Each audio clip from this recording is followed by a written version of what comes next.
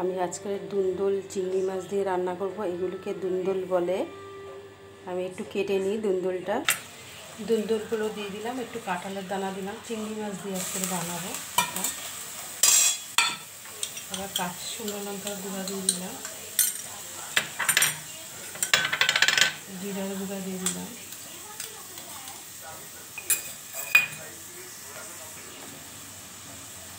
এবার নুন দিয়ে দিলাম।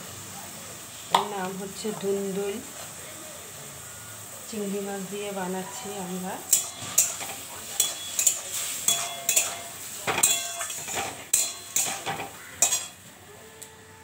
হচ্ছে দেখুন, একটু সর্ষে বাটা দিয়ে দিচ্ছি, একটু ধনে পাতা দিয়ে দিচ্ছি, এবার একটু নাড়বো।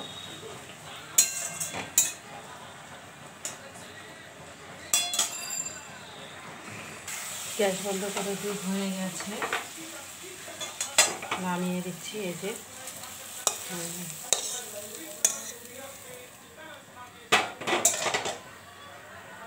দুন্দুল হয়ে গেছে। চিংড়ি মাছ দিয়ে কাঁঠালের দানা দিয়ে দুন্দুল করেছি, বানিয়েছি। কি সুন্দর হয়েছে দেখুন। সাবস্ক্রাইব করুন, লাইক করুন। দেখুন,